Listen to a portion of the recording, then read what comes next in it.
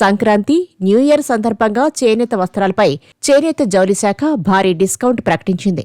మంగళగిరిలో 60%, విజయవాడ ఆప్కో షోరూంలో 50%, రాష్ట్రంలోని ఇతర ప్రాంతాల్లో 40% రాయితీ ఇవ్వనుంది.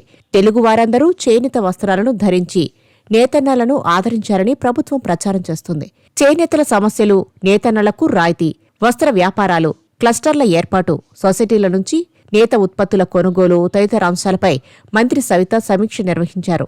న్యూ ఇయర్, సంక్రాంతికి ఆప్కో ద్వారా డిస్కౌంట్ కౌంటర్లు ఏర్పాటు చేసి రాయితీతో వస్త్రాలు విక్రయించనున్నారు. తిరుపతిలో ఈ నెల 26 నుంచి చేనేత ఎగ్జిబిషన్ నిర్వహించాలని, రాష్ట్రంలోని అన్ని ప్రాంతాల చేనేతల ఉత్పత్తులు ప్రదర్శించాలని అధికారులను ఆదేశించారు. ధర్మవరంలో మెగా హ్యాండ్లూమ్ క్లస్టర్, పిఠాపురంలో స్పెషల్ ఇన్ఫ్రాస్ట్రక్చర్ ప్రాజెక్టు, మంగళగిరిలో హ్యాండ్లూమ్ పార్క్, అమరావతిలో హ్యాండ్లూమ్ మ్యూజియం, రాష్ట్ర వ్యాప్తంగా 30 ఆప్కో షోరూంల అభివృద్ధికి 99.60 కోట్ల ప్రతిపాదనలు కేంద్ర ప్రభుత్వానికి పంపారు.